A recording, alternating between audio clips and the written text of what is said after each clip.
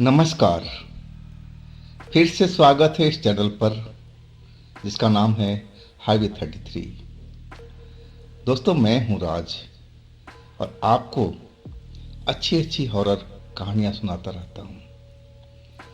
आज की जो कहानी है वो पिछली कहानियों का तीसरा भाग है। Episode number 641, episode number 642। आपने ज़रूर उस वीडियो को देखा होगा। अगर नहीं देखा है तो पहले उसको ज़रूर देखिएगा, उसका आनंद लीजिएगा। अगर लिंक चाहिए तो मैं वीडियो का डिस्क्रिप्शन में लगा दूंगा, आप आसानी से उसको ढूंढ सकते हैं। तो शुरू करते हैं आज की कहानी। लेकिन गुजारिश वही है दोस्तों, अगर आप इस चैनल पर पहली बार जुड़े हैं और अभी तक इस चैनल को सब्सक्राइब नहीं किया है तो जल्दी से दोस्त कर लीजिए और साथ में बेल आइकन को ऑल पे करके दबाना ना भूलिएगा, क्योंकि जो सबसे पहले वीडियो का नोटिफिकेशन आप ही के पास जाएगा और आप मेरी वीडियो को आसानी से आप देख सकते हैं। ये कहानी है विनोद की। विनोद ट्रक ड्राइवर जो उत्तराखंड के रहने वाले हैं। आज से करीब 20-25 साल पहले की कहानी है। आप दोनों भाग जरूर देखिएगा, तब आपको इस कहानी का भी और मजा आएगा। और वैसे हर कहानी इनकी अलग है, एक दूसरे से कोई लिंक नहीं है। तो विनोद, जब पैसा उनको काफी मिल गया था, उस अघोरी तांत्रिक ने उस काम के बदले जो आत्मा जो लड़की थी उसको विनोद ने पकड़वाया था। अब विनोद की खासियत ये थी, जो तांत्रिक बताता था कि इनके शरीर में जो आकर्षण था ना, उस आकर्षण से प्रेत आत्मा उनके ऊपर आकर्षित होती थी। यही सबसे बड़ी खूबी थी, प्लस पॉइंट था विनोद का। ये बात को बखूबी वो जो अघोरी तांत्रिक था जानता था, इसीलिए इतना पैसा इनको ऑफर किया था, पैसा दिया भी। हालांकि वो कहता था तांत्रिक कि मैं तो एक समाज सेवक हूँ, मुझे तो पैसे का कोई मोह माया है नहीं, मैं तो कोई खाना दे दे तो खा लिया, नहीं तो राम राम करता रह जाता हूँ। पैसा वास्तव में वो लेता भी नहीं था। अब पैसा उसका तो होता नहीं था, जिसके बदले में वो काम करता था, जो उनको काम देता था, उनसे पैसा लेकर के वो विनोद को 2 बार दिया था। इस पैसे से विनोद लखपति तो जरूर हो गए थे। अब उनके पिता ने कहा कि विनोद देखो, अब इतना पैसा आ गया है। और पहले तो वो मना करते रहे कि ये काम को नहीं करना है, क्योंकि इस काम में बहुत रिस्क है, खतरा है। और वो जो आत्मा लड़की है वो तो कभी भी अघोरी के कैद से आज़ाद हो सकती है। अगर आज़ाद हो गई तो समझ लो कि तुम्हारे ऊपर तो आक्रमण करेगी, वो अपना बदला तो जरूर लेगी। लेकिन विनोद का कहना था कि जब तांत्रिक अघोरी जो था उसको कैद में कर लेगा तो छोड़ेगा कैसे। लेकिन जो विनोद का पापा का डर था ना, वो जानते थे कि जब कई बार वो तांत्रिक के चंगुल से भाग गई है तो आगे भी भाग सकती है। उनको डर यही सता रहा था, लेकिन विनोद इस चीज को परवाह नहीं कर रहे थे, पैसा काफी आ रहा था। इसके बाद वास्तव में पैसा आ गया, धनवान लोग हो गए थे। अब विनोद जो थे ट्रक ड्राइवर काम नहीं कर रहे थे, लेकिन उन पैसों से उन्होंने ट्रक जरूर खरीदा था और ड्राइवर रख करके चलवा रहे थे। अब खुद बाप बेटे मार्केट के अंदर में एक उन्होंने दुकान ले लिया और दुकान पर अपना काम जो भी बिजनेस था करने लगे थे। अब परिवार भी उनका खुश था, हर तरफ आनंद मंगल हो रहा था, पैसा जैसे बरस रहा हो। ट्रक से भी पैसा आ रहा था, दुकान से जो लोग काम कर रहे थे, बिजनेस कर रहे थे, वहां से पैसा आ रहा था। और इस तरह करीब करीब 3-4 महीना बीत चुका था, काम मजे से चल रहा था। लेकिन सबसे बड़ी दुखद खबर आई उनकी ट्रक से। जो उनका ड्राइवर चला रहा था और वो ट्रक को एक्सीडेंट कर दिया था। खैर, अब काम तो रुक गया ना, इंश्योरेंस तो जरूर था, लेकिन इतना पैसा तो नहीं मिलता कि पूरी की पूरी रिकवर हो सके। अब विनोद को अब पैसा भी देना पड़ा था इस बार में। और जब ट्रक एक्सीडेंट हुआ ना, तो चलो एक घटना मान सकते हैं कि ऐसे हो गया होगा। लेकिन अब दूसरा घटना उनके दुकान में हुई। दुकान में उनकी चोरी हो गई। सारा जो भी कीमती सामान था चोरों ने साफ कर दिया। अब विनोद के जो पिता थे, अब वो सोचने लगे थे, डर गए थे। उनका डर अपनी जगह पर कायम था। वो मन ही मन सोच रहे थे कि कहीं वो लड़की जो आत्मा है, कहीं उस तांत्रिक के चंगुल से निकल तो नहीं गई। अब विनोद के पास तो डायरेक्ट नहीं आ सकती थी ना, क्योंकि उनके गले में कवच, एक रक्षा कवच था जो गुरु जी ने बना के दिया था। अब विनोद उसको हमेशा पहन कर रखते थे। तो वो किसी न किसी रूप में वो विनोद का पैसे के नुकसान तो कर रही थी। अब सोचना भी उनका एकदम अपनी जगह पर जायज था कि भाई एक साथ ही कल ट्रक का एक्सीडेंट हुआ है, आज रात में चोर पूरा दुकान को साफ कर जाते हैं, तो कहीं नहीं आपस में घटना तो जुड़ा हुआ है। ये शक अपना जो विनोद के पापा थे अपने बेटे से जाहिर किया, यानी विनोद से, कि बेटा मुझे डाउट है, तुम रक्षा कवच तो पहन रखे हो, उस औरत से सुरक्षित हो जैसे गुरुजी बताया करते हैं, लेकिन ये जो दोनों घटना हुआ है ना, इसमें मुझे लग रहा है कि उसी खूंखार लड़की का हाथ है, उसी आत्मा का हाथ है। कहीं वो अघोरी तांत्रिक के पास से भाग तो नहीं गई, तुम्हें तलाश रही हो। आइए चोट पर चोट हमें मिल रहा है। लेकिन विनोद हंसने लगे, कहने लगे, अरे पापा कैसी बात कर रहे हो, अगर वो लड़की हमारे समीप आती तो मुझे पता नहीं चलता।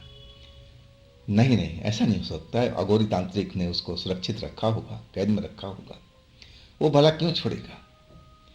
लेकिन विनोद के जो पापा थे वो दूर के सोचने वाले लोग थे, पुराने लोग थे। कहने लगे कि विनोद देख, तेरे शरीर पर गुरु जी का रक्षा कवच जो मंत्र है वो तूने डाल रखा है, इसी वजह से वो खूंखार लड़की, खूंखार आत्मा तेरे पास में नहीं आ रही है, और वो हमें अब नुकसान पर नुकसान कर रही है। मुझे तो डाउट है इस बात पर, लेकिन तू कह रहा है तो चलो मान लेता हूँ, आगे देखते हैं। अब जो थोड़ा बहुत पैसा उनके पास बचा था वो ट्रक में लगाया, और फिर नए सिरे से दुकान का जो बिजनेस था उसमें लगाया। लेकिन इस बार चोरी तो नहीं हुई। हाँ, अब उनका जो बिजनेस अच्छा भला चल रहा था धीरे धीरे करके बैठता गया। आज जो ट्रक ड्राइवर उनका ट्रक को चला रहा था, अब वो नुकसान पर नुकसान दे रहा था।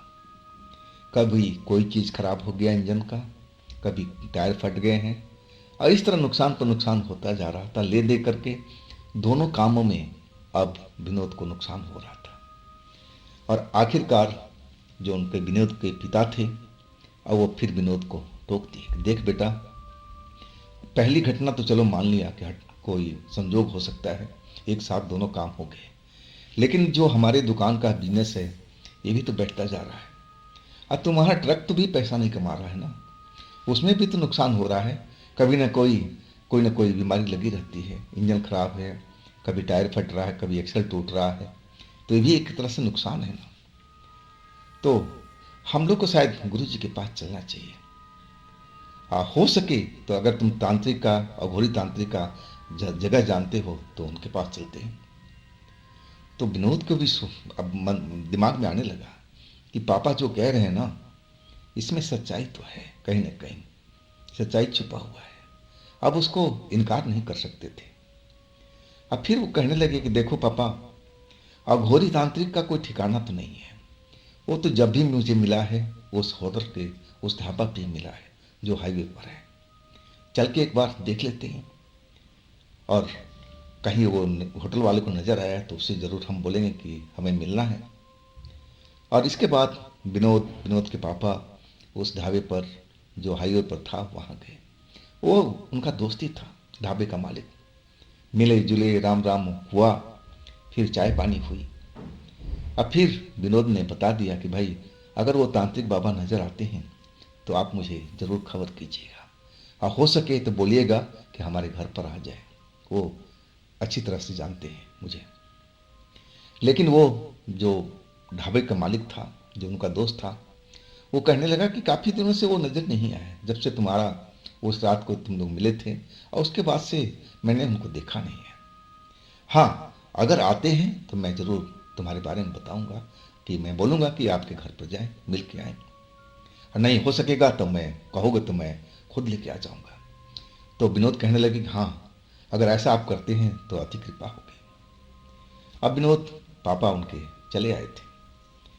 अगली सुबह अब दोनों लोग अब गुरु जी के पास पहुंचते हैं, लेकिन गुरु जी तो थे ही नहीं।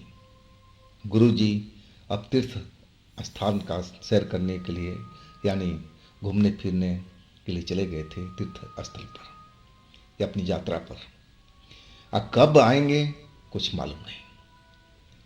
अब दोनों लोग मन महसूस करके वापस आ गए थे। ना तो वो तांत्रिक मिला, घोरी तांत्रिक, ना इधर गुरु जी। आखिरकार वो लोग घर वापस आ गए। और तब घर आए ना, तब उनको लगा कि अब कुछ और करना चाहिए, किसी और तांत्रिक से मिलना चाहिए। लेकिन जो विनोद के पिता थे वो किसी और पर विश्वास करते नहीं थे। वो कहने लगे कि हमें इंतजार करना चाहिए, अगर हम किसी और तांत्रिक के पास में गए वो कई तरह का कर्मकांड करवाएगा, और मैं विश्वास भी नहीं करता हूँ। वही अपनी जगह पर वाजिब थे। सबका अलग अलग विचार होता है, ना जाने क्या कहेगा, तो हमें किसी पर और पर विश्वास नहीं। मुझे विश्वास है अपने गुरु जी पर, या फिर तुम्हारा जो विश्वास है उस तांत्रिक पर। तो मैं दो ही लोग तो मानता हूँ, आप थोड़ा इंतज़ार हमें कर लेना चाहिए। इसके बाद जो दुकान का काम था धीरे धीरे धीरे धीरे एकदम बैठ गया, और ट्रक में भी अब बहुत नुकसान होने लगा था। आखिरकार एक टाइम ऐसा आया कि उस ड्राइवर को हटा दिया गया। विनोद ने उसको हटा दिया और ट्रक की कमान अब खुद अपने हाथों में ले ली है। इसके बाद खुद वो ड्राइवरी करने लगे। कहाँ वो मालिक बने हुए थे ट्रक का, अब फिर वो ड्राइवर बन चुके थे जैसे पहले थे। वो जहाँ से शुरू हुआ था वहीं पर फिर आ गए थे। लेकिन इस बार वो ट्रक का मालिक थे और ड्राइवर भी थे, लेकिन पहले तो नौकरी किया करते थे, ये जरूर फर्क था। अब विनोद का दुकान भी तो थी, अब ना चल रही है वो तो अलग बात है, नुकसान में चल रही है वो अलग बात है, लेकिन थी तो जरूर। अब विनोद अपने काम में लग गए थे, जो भी घाटा भरपाई करना चाहते थे कमा करके, और रात दिन ट्रक चलाने में लग गए। लेकिन जब से वो ट्रक पर बैठे ना, तब से ट्रक का कोई इंजन खराब नहीं हो रहा था, ना टायर फट रहे थे, ना एक्सल टूट रहा था, किसी तरह का कोई भी पूरा काम नहीं हो रहा था। तो उनको लगा कि ये ड्राइवर की शरारत है, ड्राइवर झूठ बोलता होगा कि इतना खर्च हो गया, इतना खर्च हो गया, पैसे ले लेता था और झूठा काम होता होगा। अब उनको दिमाग में ये चल रहा था। अब फिर वो एक लंबी दूरी का चक्कर भर लिए थे, वो साउथ इंडिया का, बेंगलोर। चल पड़े थे ट्रक का लेकर के। अब बेंगलोर के पास पहुंच गए थे, रात का टाइम था। अभी वहाँ से जो बेंगलोर था, जो सिटी थी, कम से कम 200-250 किलोमीटर थी। हाईवे पर थे वो। अब रात का टाइम था, 11 बज रहा था। तो विनोद ने सोचा कि अब तो हम बेंगलोर पहुंच ही गए हैं, अब रात में शहर में जाके फायदा क्या है, सुबह सुबह तड़के निकल पड़ेंगे।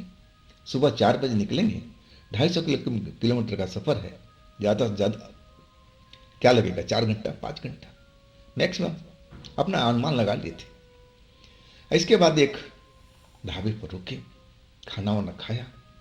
अब फिर सोचा कि चलो अब आराम कर लिया जाए, क्योंकि लंबी दूरी तय करके आ रहे थे, शरीर में थकावट भी था। और ट्रक में तो सोते जरूर थे कभी कभी रुक करके रास्ते में, लेकिन उसमें पैर पसारने की जगह तो इतनी होती नहीं है कि चारपाई की तरह उसमें सोया जाए, तो वो तकलीफ तो जरूर होती थी। अब ढाबा पर चारपाई मिला हुआ था, तो पैर पसा करके लंबी तान के सो गए थे। और उनका जो ट्रक था पार्किंग में खड़ा था, और अचानक वो सपना देखने लगे उस जगह पर, बेंगलोर के पास में, कि वही लड़की जो वो आत्मा थी और उनको 2 बार मिली थी, पिछली कहानी में चले गए थे, अब वो नजर आ रही थी। अब उनको बुला रही थी कि तुम आ जाओ। और वो कहाँ बुला रही है, तो ट्रक के अंदर में, वो ट्रक के अंदर में बैठी हुई है। अब विनोद को बुला रही है, सपना में सब कुछ देख रहे हैं, जैसे लग रहा है कि बिल्कुल रियलिटी है। यही सपना देख करके आधी रात का वक्त हो रहा था। ढाबा भी अब क्लोज होने पर, क्लोज क्या मतलब, ग्राहक ही नहीं था, एक तरह से बंदित हो चुका था। रोड बिल्कुल शांत हो गई थी। अब जो भी लोग ड्राइवर थे खाना खा करके जो वहाँ रुके हुए थे, अब चारपाई पर मजे का नींद ले रहे थे। और ढाबा का मालिक भी है अब थोड़ा देर आराम करना चाहता था, क्योंकि अगली सुबह फिर उसको जगना था। 4 बजे 5 बजे से ढाबे की कार्रवाई शुरू हो जाती है, चाय वाय पराठे बनना शुरू हो जाता है। तो वो भी आराम कर रहा था, उसके नौकर चाकर सब आराम कर रहे थे सुबह के काम के लिए। अब विनोद चारपाई पर लेटे हुए वो सपना देख रहे थे। अब वो ये इतना सपना देख रहे थे और अचानक उनकी नींद खुल गई और वो डर गए थे, एकदम बुरी तरह से डर गए थे कि अरे ये तो वही लड़की है। क्या वो वाकई में जो पापा कहते थे कि कहीं तांत्रिक के, अघोरी तांत्रिक के पास से भाग तो नहीं गई और उनका पीछा करते करते यहाँ तक पहुँच गई है? क्योंकि उन्होंने आज तक ऐसी सपना नहीं देखा था जब वो दूसरा कहानी मैं आपको बता रहा हूँ उसके बाद से। तो वो भी डर गए थे। अब वो सोचने लगे कि चल के ट्रक के पास देखना चाहिए। अब जो उनका ट्रक था पार्किंग में खड़ा था, वहाँ पर 3-4 ट्रक और खड़े थे। और जैसे ही उठकर चले ना, तो उनको ट्रक के पास केबिन के अंदर में कोई हिलता डुलता परछाई सा दिखा। अब तो वो एकदम आश्चर्य में पड़ गए थे। क्या उन्होंने जो सपना देखा था, क्या वो सच है? क्या वही वो लड़की है जो ट्रक में बैठी हुई उनको बुला रही है? अब फिर वो तो समझ गए थे कि हमारे गले में तो वो माला है, वो लॉकेट है जो गुरु जी का दिया हुआ है, एक तरह से रक्षा कवच है। और जब तक रक्षा कवच उनके गले में है, वो लड़की तो उनके पास में नहीं आ सकती है। उनके दिमाग में ये सब बातें चल रही थी कि चलो चल कर देखते हैं, कहीं हो सकता है कोई चोर उचक्का पे बैठा हो, कोई और भी हो सकती है। और वो इसी चक्कर में ना समझ करके और वो ट्रक के पास चले गए। जब देखा तो ट्रक उनको खाली लगा और दूर से देखने पर वो सही देखे थे कि उसमें कोई ना कोई है, लेकिन जब पास गए तो केबिन में कोई था ही नहीं, एकदम सन्नाटा पसरा हुआ था केबिन में। अब उन्होंने ट्रक का दरवाज़ा खोल दिया था, लॉक खोल दिया था। अंदर जाकर के वो देखने लगे कि अंदर कोई छुपा तो नहीं है, लेकिन उसमें कोई था ही नहीं। अब फिर सोचे कि चलो अब यहीं ट्रक में ही आराम कर लेते हैं। और फिर वो जो पीछे वाली सीट होती है लंबी वाली, उस पर वो लेट गए थे, टांग थोड़ी ऊपर करके। अब वो मज़ा तो नहीं आ सकता था जो चारपाई वाला था, लेकिन रात तो कट ही सकती थी। और फिर वो नींद में आ गए थे। अब उनको लगा कि नहीं नहीं, ऐसी लड़की हो नहीं सकती है, इनका अपना मन का भ्रम है और कुछ नहीं है। वो अपने दिमाग से निकाल चुके थे, आराम से उसमें सो गए थे। सोने के बाद अब लगने लगा कि जैसे वो घर में अपने लेटे हो, अपने बिस्तर पे हो, साथ में पत्नी हो, और पत्नी के साथ में आप समझ सकते हैं हम बिस्तर हो रहे हैं और सब कुछ चल रहा था। चल तो रहा था रियल टाइम में, लेकिन लग रहा था कि उनको इस सपने में सब चल रहा है, सपने में है और सपना में सपना देख रहे थे, मुझे तो यही लग रहा है। और इसके बाद जब उनकी आंख खुली ना, तो देख करके एकदम सन्न सा रह गए थे। वो क्या देख रहे हैं कि उसी लड़की के साथ में लिपटे हुए हैं, उसी आत्मा की लड़की के साथ में, और वो अब मुस्कुरा रही है। वो एकदम डर गए, गले में हाथ डाला कि रक्षा कवच है कि नहीं है, लेकिन रक्षा कवच तो था ही नहीं। ना जाने कहाँ रक्षा कवच टूट के गिर चुका है और उन्होंने ध्यान दिया नहीं बिल्कुल भी। अब लड़की मुस्कुरा रही है, नींद से जाग चुके हैं, बिना कपड़ों के हैं वो, साथ में लड़की भी वैसी हालात में है। और लड़की कहने लगी कि तूने तो मुझे फंसा कर रख दिया था, मुझे तो तूने कैद करवा दिया था। क्या समझा था कि तू मुझे तांत्रिक में फंसा करके तांत्रिक मुझे कैद रख सकेगा इतना दिन? हाँ जरूर, मैं कुछ दिन रही, तड़प के रही, मैंने अब तुझे छोड़ना नहीं है। अब जैसे ही ये सब बात उस लड़की ने आत्मा ने बोलना शुरू किया, तब विनोद को लग गया था कि अब वो जिंदा तो बचे भी नहीं, क्योंकि उनके पास में वो रक्षा कवच भी नहीं था। अगर वो होता तो लड़की उनके नज़दीक बिल्कुल नहीं पहुंचती, वो सुरक्षित रहते। लेकिन अब रक्षा कवच ना जाने कब कहाँ गिर गया टूट करके, अब कुछ मालूम नहीं। अब विनोद डर गए थे, माफ़ी मांगने लगे कि मैं लालच में आ गया था, मैं गरीब था, जो भी बताना चाहते थे वो बताना शुरू कर दिए। और जैसे जैसे सब सारी बात कह रहे थे उस लड़की को, आत्मा को, वो आत्मा हंस रही थी और कहने लगी, तू मुझसे मांग के देखता ना, मैं तुझे उससे ज़्यादा पैसा देती, लेकिन तूने तो मुझसे नहीं मांगा। वो लड़की गुस्सा हो रही थी और वो अपनी जगह पर जैसे आप कह रही हो वो बिल्कुल सही थी कि अगर तू तांत्रिक से न मांग करके मुझसे मांगता तो मैं तुझे ज़्यादा ही धनवान बना सकती थी। भाई उसके हाथ में पावर था, शक्ति था, और वो आत्मा थी, कुछ भी कर सकती है, तांत्रिक से ज़्यादा भी मदद कर सकती थी अगर वो विनोद उनकी बात मानते तो। लेकिन विनोद वो तो तांत्रिक के बस में थे, तांत्रिक जैसा कह रहा था वैसा वो काम कर रहे थे। अब विनोद माफ़ी मांगने लगे थे कि आगे से ऐसा कुछ भी नहीं होगा, आप मुझ पर विश्वास रखिए, मेरे से गलती हो गई है। लेकिन वो औरत, वो लड़की, वो आत्मा मान नहीं रही थी और वो कहने लगी कि देख, मैं तुझे तो मारूंगी ही मारूंगी, लेकिन तेरे से पहले तेरे परिवार को खत्म करूंगी, तेरी पत्नी को मारूंगी, तेरे पिता को मारूंगी, तेरी माँ को, जो भी तेरे खानदान में है सबको खत्म करूंगी, तेरे खानदान का नामो निशान मिटा दूंगी। और सुन करके विनोद एकदम कांप गए थे डर से कि अब क्या होगा, अब क्या होगा, अब तो गुरुजी भी नहीं है, ना जाने कब लौटेंगे। और तब तक ये जो कह रही है वो बिल्कुल सच भी कर सकती है, अब गुस्से वाली तो थी ही। अब विनोद मनाने की कोशिश करने लगे कि मुझसे गलती हो गई है, आगे आप जो कहोगी मैं वैसा ही करूँगा। अब बड़ी मुश्किल से अब वो लड़की मानी, गुस्सा उसका ठंडा हुआ और तब वो कहने लगी कि देख, जैसा मैं कहती हूँ ना वैसा तू करते जा, और तू अमीर भी बनेगा, धनवान भी बनेगा, लेकिन जहाँ तू उस तांत्रिक से मिला या किसी और तांत्रिक से मिला तो मैं तेरे खानदान को ख़त्म कर दूंगी। अब विनोद समझ गए थे कि अब कुछ नहीं हो सकता है, इसकी शर्तें हमें माननी पड़ेगी, कबूल करनी पड़ेगी, नहीं तो ये लड़की मुझे तो जिंदा नहीं छोड़ने वाली और ना मेरे खानदान को जिंदा छोड़ने वाली है। और आखिरकार उस लड़की के आगे अब सरेंडर बोल चुके थे। विनोद अब समझ गए थे कि अब सारी जिंदगी जब तक मैं जिंदा हूँ इस आत्मा लड़की के साथ में रहना पड़ेगा, जब तक ये चाहेगी। अगर मुझे जिंदा छोड़ती है, अगर ये मार देगी तो हमारा काम तो ख़त्म है, लेकिन इसका हर चीज़ मानना पड़ेगा, मुझे इसके निर्देश में चलना पड़ेगा। वही अब करने लगे थे। अब बेंगलोर जाना था। कमाल की बात थी कि सुबह होते ही वो लड़की गायब हो गई। अब विनोद अपने काम पर निकल चुके थे, जहां उनको माल छोड़ना था अब जाकर के छोड़ आए थे, और उधर से उनको चक्कर भी मिल गया था वापसी का, और वो चक्कर भी ले लिए थे, लेकिन डरे हुए थे। अब एक तरह से उस आत्मा लड़की के साथ में एक एग्रीमेंट हो गया था, समझौता हो गया था कि तू मेरा बुरा मत कर, ना मैं तेरा बुरा करूँगा।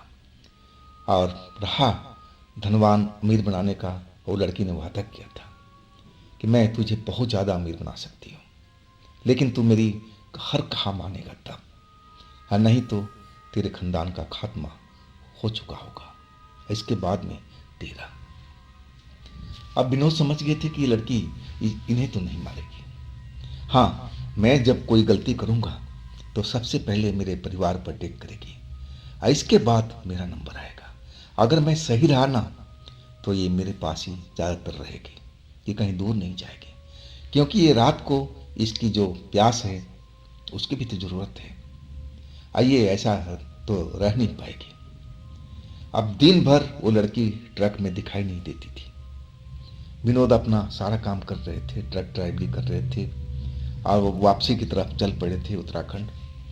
और जैसे ही रात का करीब 10-11 बजता, अंधेरा काफ़ी हो जाता था, रात हो जाती थी, और लड़की का आत्मा साक्षात रूप में उनके साथ ट्रक में बैठ जाती थी, एक आम लड़की की तरह उनसे हंसी मजाक करती, सब कुछ करती जैसे वो साधारण सी लड़की हो। अब विनोद को भी अब उनसे उस लड़की से डर नहीं लग रहा था। वो समझ गए थे कि जब तक इस लड़की का कहना मानूंगा तब तक मैं पूरा परिवार जिंदा हूँ, नहीं तो ये लड़की एक ही करके सबको मार देगी। समझौता तो ऐसा ही हुआ था। और फिर वो वापसी चल पड़े थे। हर रात वही खेल होता था। अब विनोद पहुंच गए थे उत्तराखंड। अपने जो माल लिए थे वहां उन्होंने सप्लाई कर दिया। इसके बाद अपने ट्रक लेकर के घर चल पड़े थे। अब रास्ते में वही ढाबा, वही होटल जहां वो आते जाते रुका करते थे। अब एक तरह से वहां का चाय पानी पीने का आदत सी हो गई थी। अब रात का टाइम तो था नहीं, दिन का था। तो उस ढाबे पर रुक गए। अब फिर उस ढाबे पर गए, दोस्त से अपना राम राम करके हाल चाल लिया। अब तब उनका दोस्त कहने लगे, नहीं भाई, वो तांत्रिक मुझे नजर नहीं आया है। मैं तुम्हारा बात सुना था गौर से, अब मैं उसकी निगाह किए हुए था, लेकिन अभी तक तो नजर नहीं आया। जैसे आएगा मैं आपको बताऊंगा, सूचित करूंगा या फिर मैं लेके आऊंगा। लेकिन विनोद बिल्कुल डरे हुए थे। तांत्रिक का नाम लेते कहीं आत्मा उसके आसपास में हो, अब फिर सुन लगी तो काम खराब हो जाएगा, फिर तो किसी को जिंदा नहीं छोड़ेगी। और वो एक तरह से चुप कराती है उस होटल के मालिक को कि आप चुप रहिए, बोलिए मत कुछ। लेकिन वो एकदम समझ नहीं पाया कि आखिर विनोद ऐसा क्यों कर रहे हैं, क्यों चुप करा रहे हैं। और तब तक विनोद उसको चुप करा करके और वापसी ट्रक में आ गए थे। अब ये दिन का टाइम था, इसलिए वो आत्मा उनके आसपास में नहीं थी। अगर रात का टाइम होता तो माहौल कुछ और ही होता। वो जरूर समझ जाती कि हमारे विरुद्ध कोई चाल चला जा रहा है, और वो आत्मा जरूर उनके परिवार वालों पर अटैक कर देती। लेकिन दिन का टाइम था, इसलिए मामला सुलझ गया था। अब विनोद पहुंच गए अपने घर में।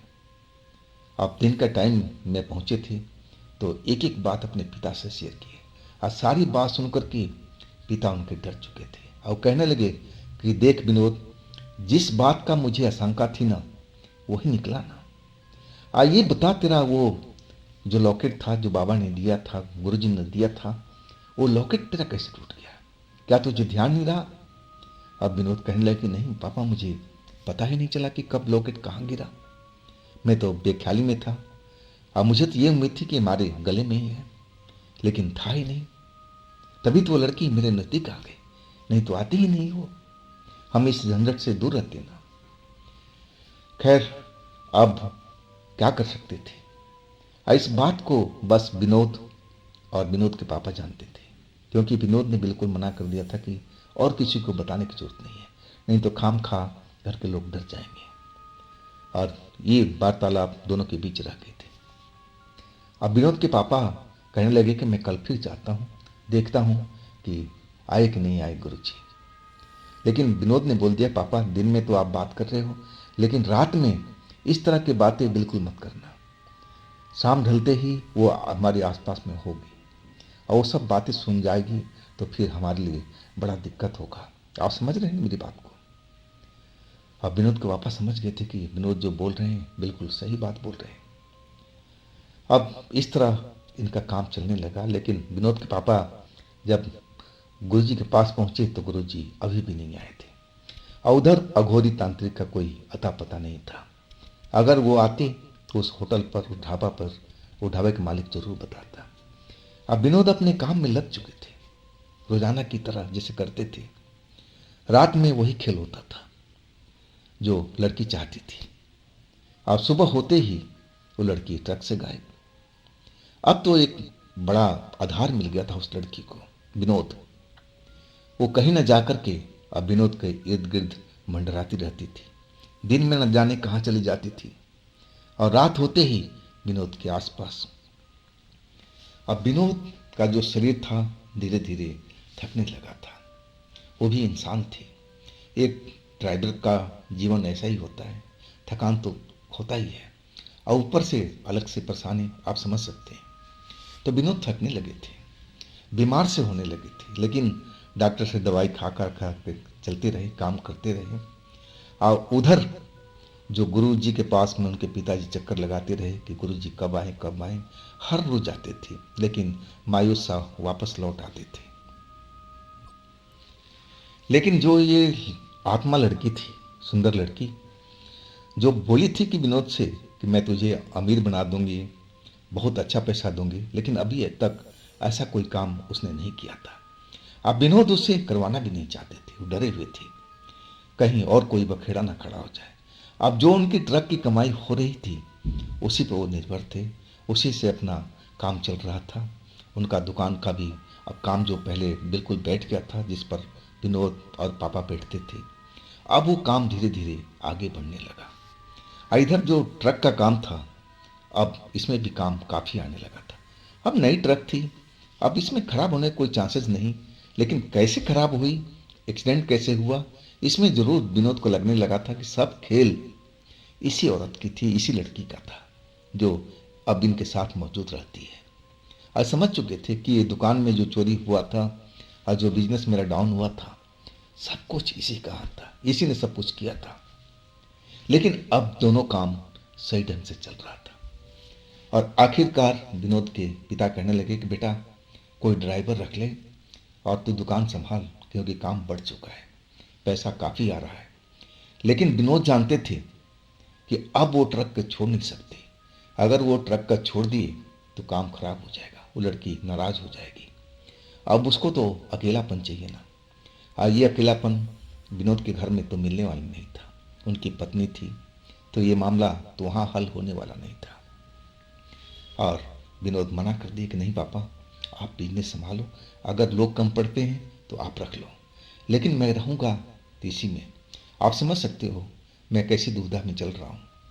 अब विनोद के पापा भी समझ गए थे कि बेटा ठीक है, जब तक गुरुजी नहीं आ रहे अब तू अपना काम करता रहा, आखिरकार गुरुजी तो आएंगे ही ना। और इधर अपना काम में लगे हुए हैं विनोद, उधर पापा उनका बिजनेस संभाल रहे हैं। अब पैसा बरसने लगा था दोनों साइड से, ट्रक में भी अच्छा कमाई हो रहा था और दुकान का जो बिजनेस था उसमें भी अच्छा कमाई होने लगा था। अब धीरे धीरे जो भी उन्होंने गंवाया था उसको वापस पा लिया था। इस काम में कम से कम ज़्यादा टाइम भी नहीं हुआ था।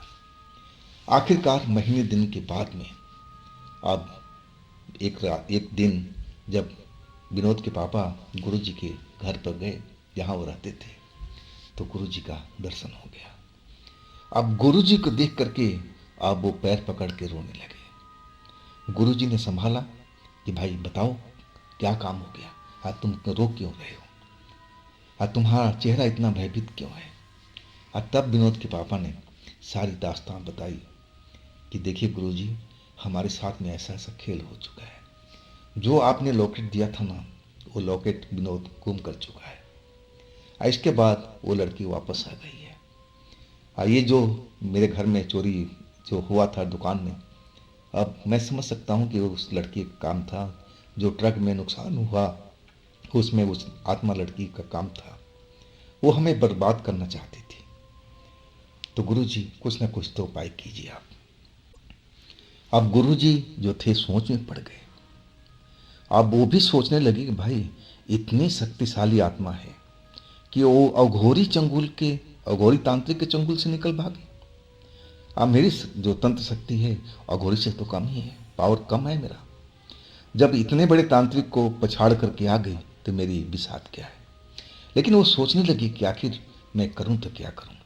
अब फिर उन्होंने विनोद के पापा से बोला कि देखो बेटा, आप मुझे कुछ दिन टाइम दो, मैं अपने गुरुजी के पास जा रहा हूँ। अब वो जो समस्या का हल वही कर सकते हैं। अब मेरे में वो शक्ति तो है नहीं, मैं भी इतना मंत्र का जो जानकार था वो सब मैं कर चुका हूँ। अब मुझे तो लग रहा है कि वो जो लॉकेट था, रक्षा कवच था, उसकी आत्मा ने तोड़ा होगा किसी न किसी रूप में। तो हो सकता है मैं जो दूसरा लॉकेट दूं बना करके, और वो लड़की आत्मा जान जाए, अब फिर तुम्हारे परिवार के ऊपर में अनिष्ट भी आ सकता है, विनोद की जान भी खतरे में आ सकती है। इसलिए मुझे कुछ दिनों का टाइम दो, मैं ज़रूर काम ये करूँगा, लेकिन अब गुरुजी के द्वारा। वो अपने गुरुजी की बात कर रहे थे। अब विनोद के पिता मायूस होकर के उनके यहाँ से लौट आए थे। अब वो भी एकदम घबराए हुए थे, डरे हुए थे। वो गुरुजी पे तो बहुत विश्वास करते थे, उनको भगवान स्वरूप मानते थे अपनी तरफ से। और वो भी सोच में पड़ गए कि जब इतने बड़े गुरुजी आखिर हार मान गए। अब वो अपने गुरुजी के पास जा रहे हैं। तो जरूर ही जो आत्मा है बहुत ही भयंकर है। ये जल्दी से अब विनोद का पीछा नहीं छोड़ने वाली है। अब एक बार पीछे लग गई है तो शायद अब मरते दम तक विनोद को छोड़ेगी नहीं। अब चिंता में डूबी हुई थी। अब विनोद से मुलाकात हुई दिन में तो विनोद को सारी बात उन्होंने बताया कि देख विनोद, गुरुजी ने ऐसा ऐसा बोला है और टाइम मांगा है। अब कुछ दिन के बाद बोले हैं कि मैं आऊँगा गुरुजी से मिल करके, अब फिर मैं कोई ना कोई उपाय ज़रूर बताऊँगा, और तब तक आप लोग इंतज़ार करो। अब विनोद भी समझ गए थे कि अब जो खेल हो रहा था बड़ा भयंकर हो रहा है। अगर जरा भी भनक मिली इस लड़की को, आत्मा को, तो सबसे पहले मेरे परिवार वालों को मारेगी। इसी वजह से डर गए और कहने लगी पापा छोड़ो ना, सबकी जान खतरे में आ जाएगी अगर जरा भी भनक मिला। अब मुझे विश्वास है कि अब वो तांत्रिक, अघोरी तांत्रिक जब भी मिलेगा ना तभी बात बनेगी और वही इस औरत से इस जो लड़की है पीछे छुड़वा सकता है। लेकिन जो विनोद के पापा थे कहने लगे नहीं बेटा, निराश मत हो, गुरुजी बहुत ज्ञानी है। अब वो अपने गुरुजी से मिलने गए तो कोई विशेष बात होगी तभी तो गए होंगे, हमें इंतज़ार करना चाहिए। और आखिरकार इंतज़ार करते रहे। वो हर दूसरे दिन पहुंच जाते लेकिन गुरुजी आए नहीं थे, शायद अपने गुरुजी के पास में थे। और एक हफ्ते के बाद वो लौट करके आए गुरुजी। इसके बाद वो विनोद के पापा से मिले, विनोद के पापा गए। तब गुरुजी को देखकर उनकी जान में जान आई थी। लेकिन कहने लगे गुरुजी कि देखो मैं एक लॉकेट बनवा के लाया हूँ, लेकिन ये लॉकेट जो है दिन के टाइम में ही इसके गले में डाल दो। ये भी हो सकता है कि लॉकेट काम बंद ना करे, जब इतनी शक्तिशाली वो है लड़की जो आत्मा है। हो सकता है जैसे पहला लॉकेट इसने तोड़ा हो और दूसरा लॉकेट भी तोड़ दे तो खतरा भी तो हो सकता है ना। अब आप देख लो आपको क्या करना है, क्योंकि वो गुरुजी 100% श्योर नहीं थे, लेकिन चांस तो लेना था ना। अब जो विनोद के पापा थे अब चांस तो ले लिए थे।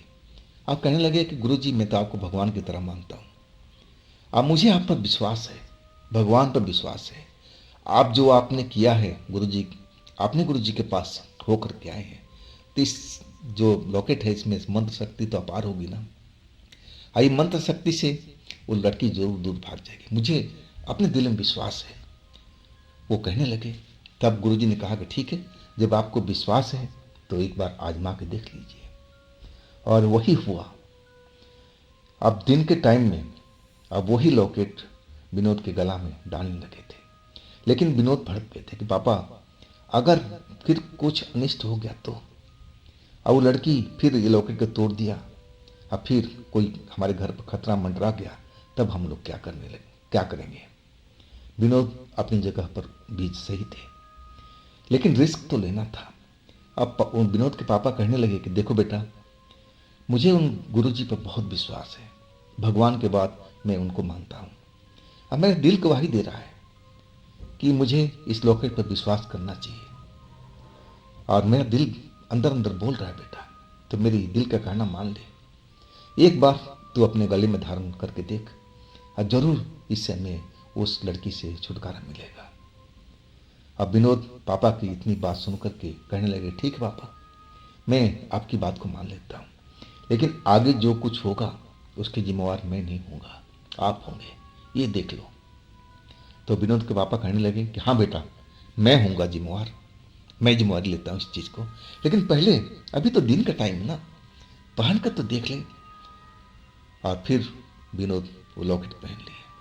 अब जैसे लॉकेट पहने ना तो उनको भी लगा कि हाँ इनके शरीर में पावर सी आ रही है, जो थके थके रहते थे ना दिन भर, और उनमें अजीब सा ऊर्जा महसूस होने लगी थी।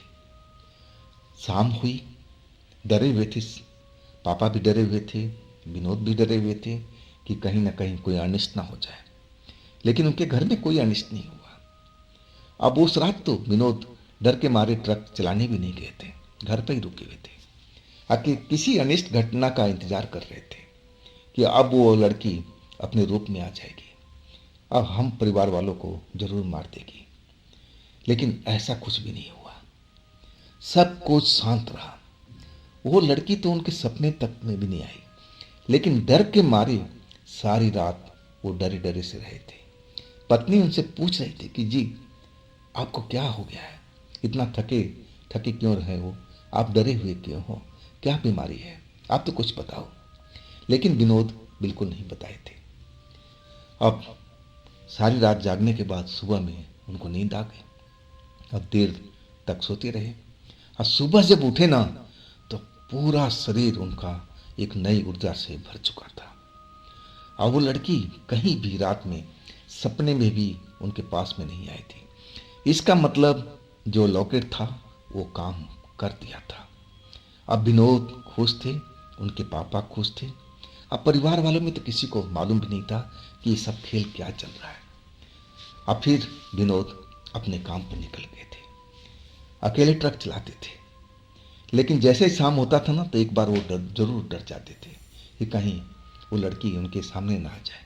लेकिन नहीं हुआ, लड़की उनके बिल्कुल नज़दीक नहीं आ रही थी, ना दिखाई दे रही थी, ना महसूस करा रही थी कि मैं यहाँ पर हूँ। शायद उस लॉकेट का पावर था और तभी वो लड़की विनोद से बहुत दूर थी। अब फिर घर में शांति का माहौल छा गया था। उनका ट्रक का काम अब जोरों से चल रहा था, उसमें से पैसा आ रहा था।